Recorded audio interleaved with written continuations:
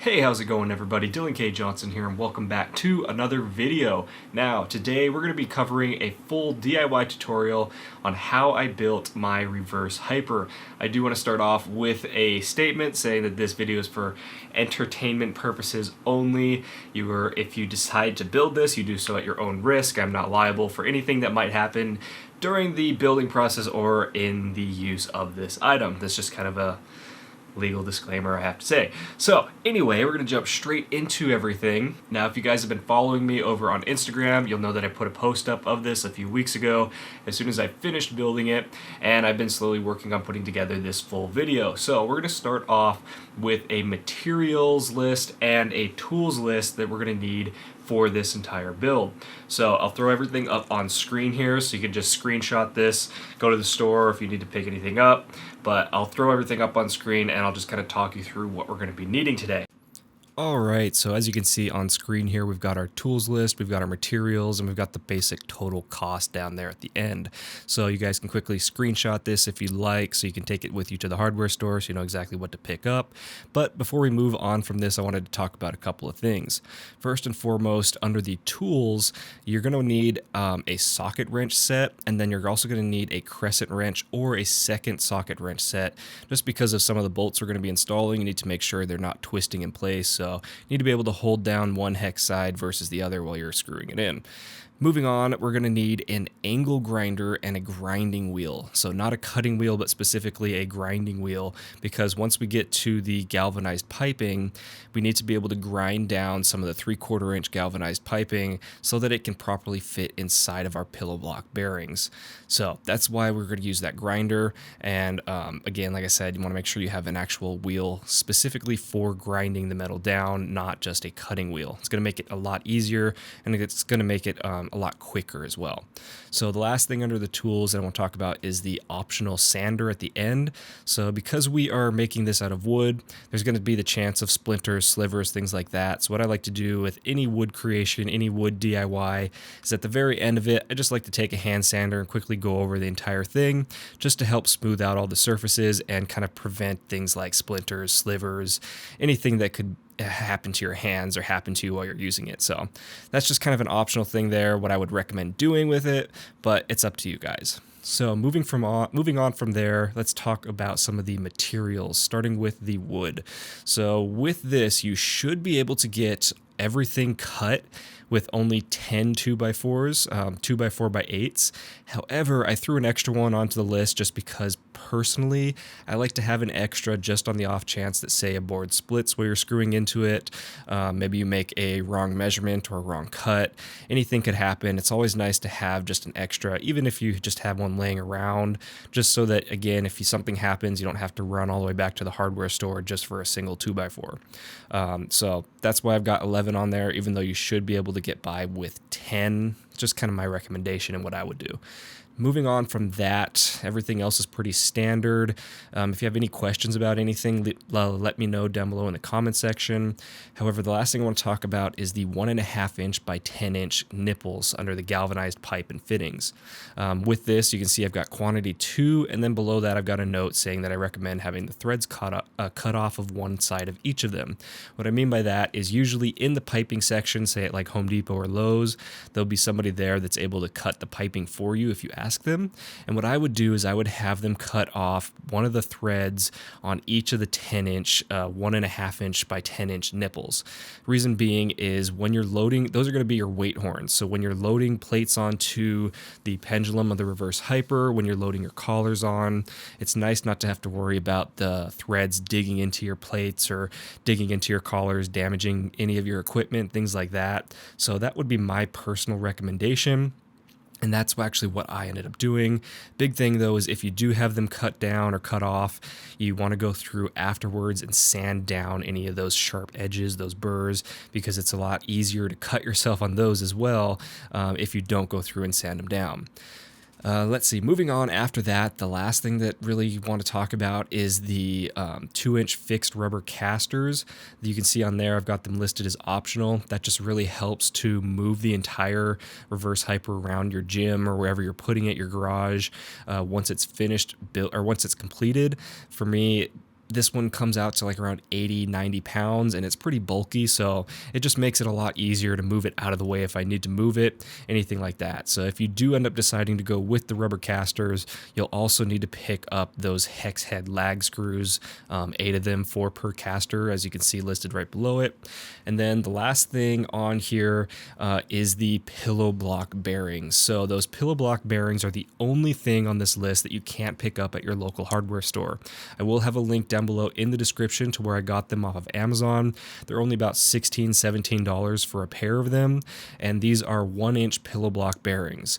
With this, they're the 1-inch bore, and what we're going to be doing with them is we're going to be inserting the 2 3/4 inch by 10-inch nipples into those, and you'll see later in the video, but we're going to have to grind down those nipples a little bit in order to get them to fit inside of the pillow block bearing. So again, going all the way back to our tools, that's why we've got the angle grinder and why we need a grinding wheel.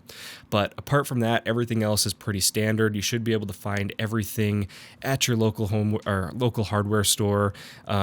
And yeah, if you have any questions about any of this stuff, just let me know, like I said, down below in the comment section, or you can DM me over on Instagram at dkj.fit, and I will see if I'm able to help you guys.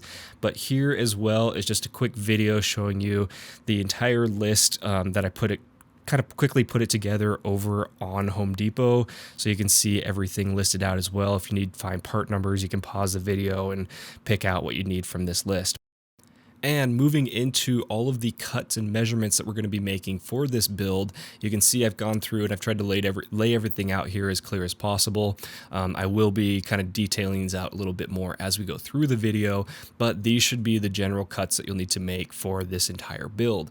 So one thing to note with this, as you can see at the top, is every single angled cut that we're going to be making is going to be a 15-degree angle. Now with this, the measurements for each of these lengths are also going to be taken to the side that I've written the measurement on, so you can see it's either on the long side, the short side, basically how I actually measured each piece. So that's how you're going to measure it and lay it out when you're cutting it. Now, another thing to note with all of these cuts is some of these smaller cuts, things like the inner steps, the outer steps, anything that's basically like under 10 inches. I actually didn't pre-cut those. What I did is I just used some scrap pieces that I had after I finished kind of cutting out the frames and the main cross members, things like that. And I just basically, as you'll see when we go through the video, put them using the angle cut that was already on there, just leaned it up against where it needs to go. And I just used a pencil to mark how much I needed to cut off of that scrap piece. So that basically that just makes things a little bit cleaner, a little bit flusher. As you're assembling the framing, you might not get it exactly right, so the measurements might not be exact. So that's what I would recommend, is instead of pre-cutting some of those smaller pieces, just keep your scrap wood to the side, and when it comes time to install those, go through and measure them and cut them based on when you're installing them. That'll make sure you get everything as even and clean as possible. So that's the cut list. Like I said, if you have any questions at all, let me know down below in the comment section. DM me over on Instagram at dkj.fit. You know the whole spiel. So we're going to start moving into the main meat of this video now. Hopefully you guys are enjoying so far. Hopefully I haven't lost any of you, but let's jump straight into building this reverse hyper. So we're going to start with the outer and inner framing. So here you can see the outer frames. These are all the cuts, measurements, everything you saw from the cut list. And then this is going to be the inner frame. Now, one thing to note with this, the inner frame, that top and bottom cross members, those two pieces, they're going to be flipped from one frame to the next so that they're going to essentially be mirrored on the inner frame. Hopefully that makes sense. As we go through this, you'll see what I'm talking about. But another thing to note here is I'm going through and I'm screwing through the inner frame into the outer frame. And that's just personal preference. You can do either side, either way. I'm just making sure that I put in at least 2 screws at each corner of each of these boards so that I make sure I get a nice, strong and solid connection for all the boards and all the braces. Now, This is where I was talking about. You can see I've mirrored those inner frames so they're not identical. I've taken them and I've flipped one of them around so that it's the opposite direction. And I'm just going through and attaching the cross members, the lower cross member, so that the frame is able to stand on its own. You might need a second set of hands here just in order to get these cross members installed so that the frames don't tip over on you. And that way you can just more easily get everything squared and lined up as nice as possible. So you can see here I've got the 32-inch cross member, one of the 6, and I'm just attaching it to the base at the rear of the reverse hyper.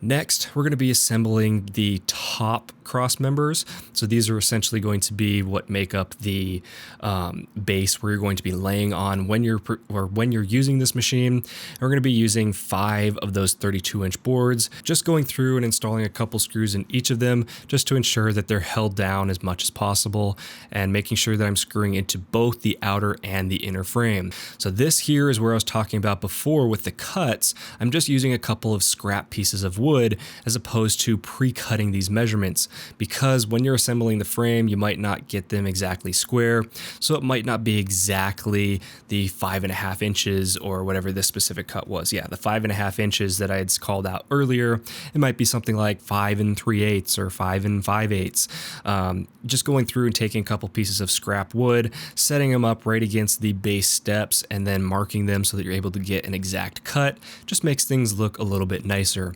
So we're going to go through, again, install those using a couple of screws just to hold them in place, and then we're going to go through and start working on the handles. So here we're using the two 12.5-inch sections of wood that we've pre-cut. There you go, you can see the dimensions there. And what I'm doing here is I'm making a mark down the center of these boards. The reason for this is because we're going to go through in a second and we're going to take a 1 1/4 inch wood drill bit and we're going to drill out a hole every 2 inches, as many as you want. I did like 5 holes, I think, throughout the duration of this, or throughout the length of this handle. And we're going to go through and use the 1 1/4 inch drill bit to ream out holes for our wooden dowels. These are going to make the handles of the reverse hyper. One thing to note when you're doing this, you may want to kind of ream the holes out by rocking the drill bit back and forth a little bit, just to make it easier to slide the wooden dowels in and out. However, you don't want to be reaming them out too much, as it could make the holes a little bit too loose, so that when you're using this, the handles could end up slipping out. So just take note of that. I would rather them be too tight, or I would rather them err on the tighter side than be too loose. So yeah, tighter holes are better. You guys know what I'm talking about. All right, moving on. We're going to be going through now and installing the other portion of the handle. So we've got two 12-inch sections that we've gone through and pre-cut. Again, you can go through and actually measure these out as opposed to pre-cutting them, because the framing might not be exact. Everything just kind of, that's what I would do, is go through and actually measure these out instead of pre-cutting them, just to make sure that everything is as exact as possible. Be careful when you're attaching the reamed out handle portions, the ones with the 1 1/4 inch holes, as you don't want to split those boards, because they can be very easily split if you're not careful when screwing into them. Once I finished that, then I flipped the entire thing on its side, or on its top almost, and I started installing the casters on that back lower cross member. So with this, just taking those 4 lag bolts per caster and just going through and using my drill bit to just kind of get them in place. If you need to, you can go back with a crescent wrench or a socket wrench and tighten them up a little more. Just make sure you don't over tighten them and strip them. We don't need these to be super strong. They're just going to be there for moving it around occasionally. Now we're going to move into the fun part. This is going to be the pendulum. So with this, a big key to note is the pendulum arms, the top, the 3/4 inch by 10 inch nipples, are not going to fit into the 1 inch bore pillow block bearings right out of the gate. You have to go through and grind them down until they fit. So you saw me there with my grinder. I was going through grinding them down, spending the time just rotating them slowly, grinding it down a little bit more at a time. And I had the pillow block bearing there with me so that I could measure it out as I ground it down until I was able to make sure that it would fit inside of the pillow block bearing. You want to be very careful when you're grinding it so that you don't cut into the piping. You don't grind it too far. You just want to take it nice and slow so that you're able to get the pipe to actually fit inside of the pillow block bearing.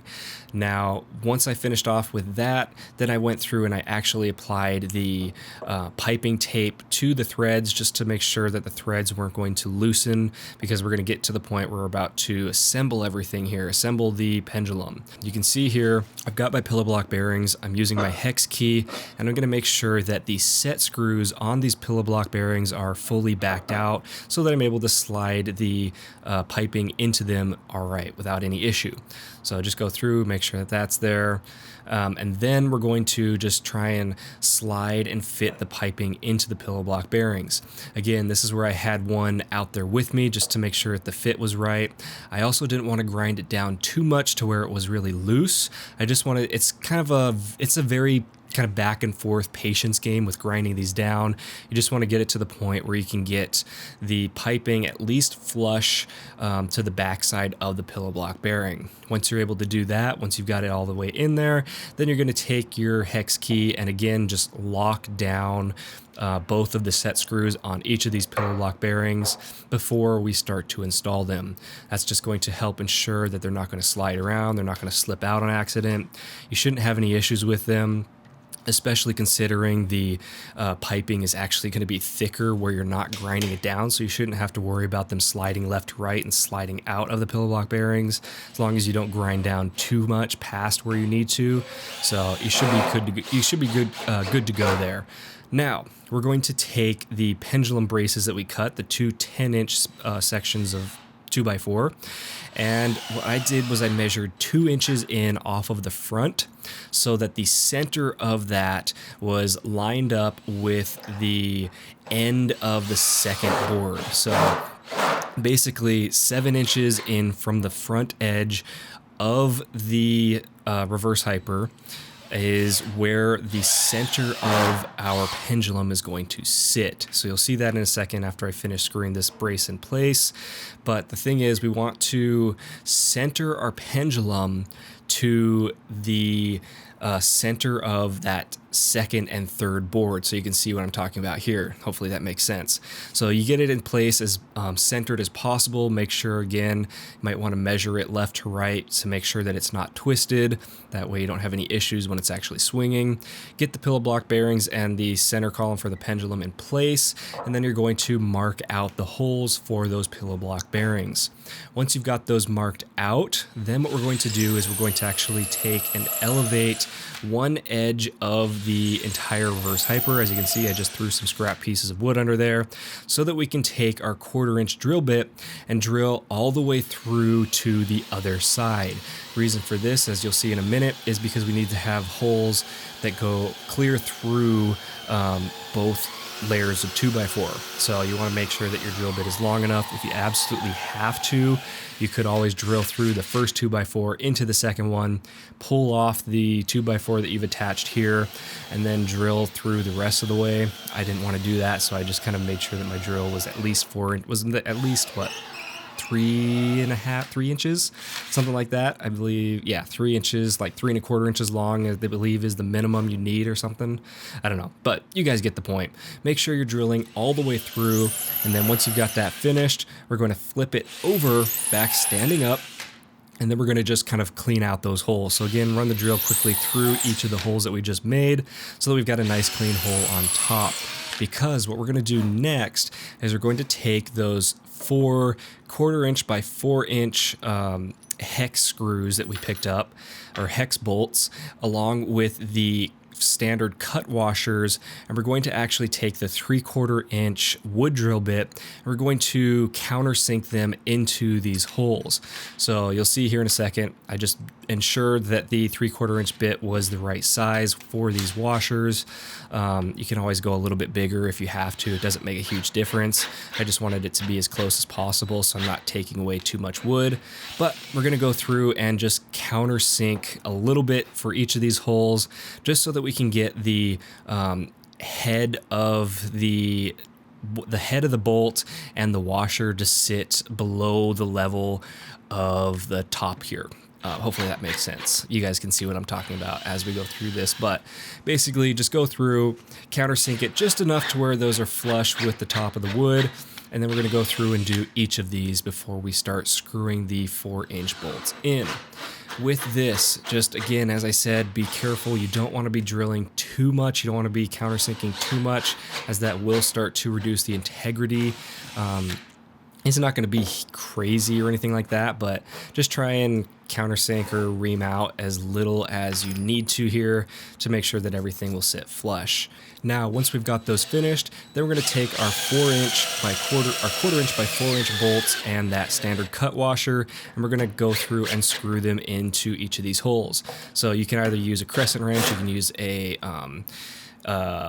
socket set, or if you have an attachment for your drill. I just did that really easily. Tried to avoid stripping out these holes as much as possible. Again, it just kind of helps with the strength, rigidity, integrity, all that stuff. So we're gonna go through, screw these screws into each of these holes with those washers. That's gonna help dissipate the load once we attach them to the pillow block bearings from below.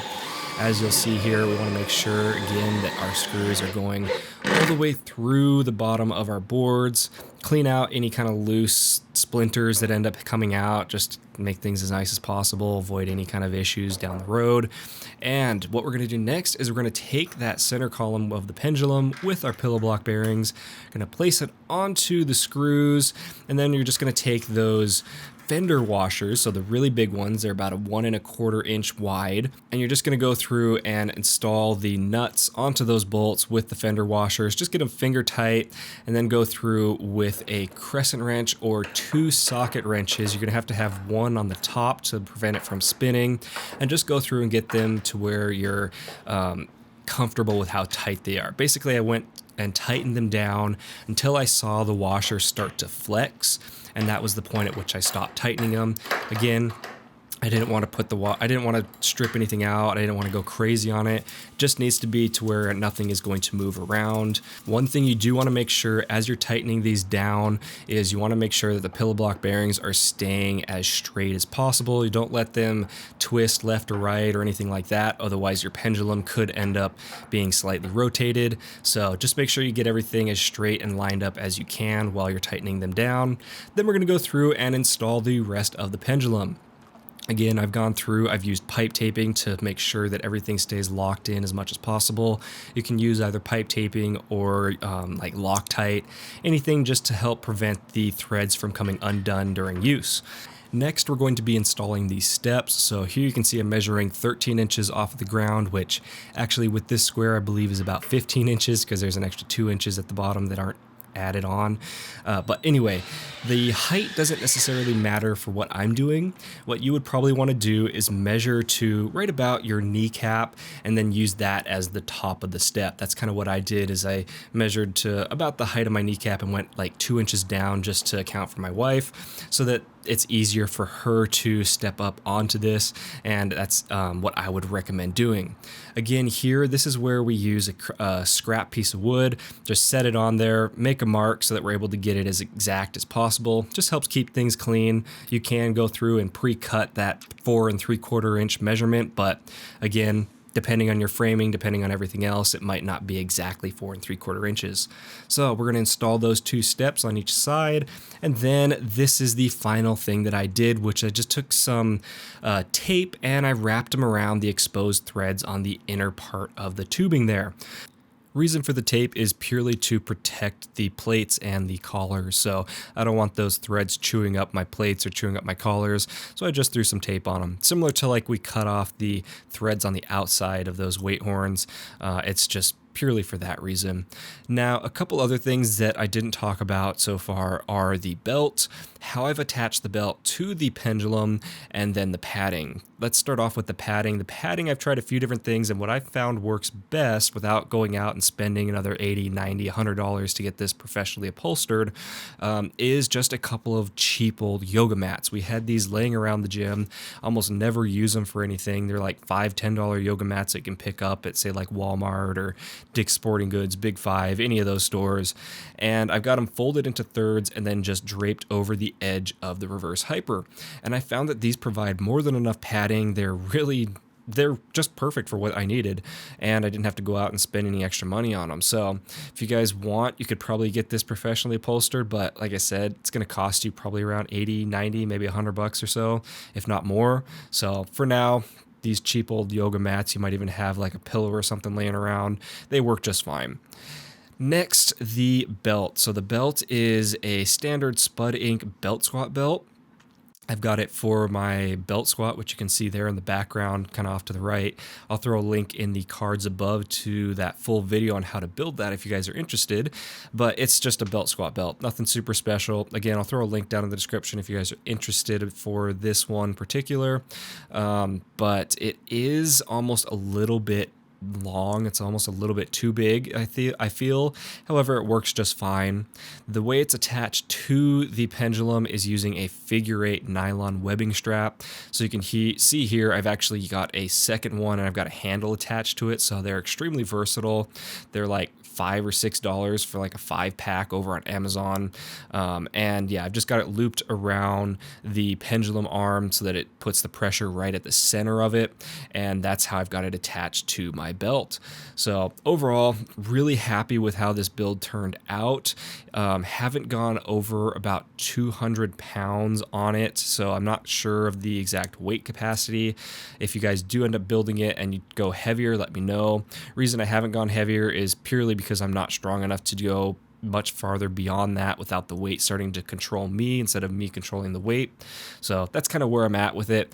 Overall though, hopefully you guys enjoyed the video. If you have any questions, like I said, let me know and I'll see if I can help out in any way possible. But that's going to be it for me today, guys. Thank you all for watching. Don't forget to hit that like button, comment, share, subscribe, all those fun things. And as always, I will see you all in the next one. Bye.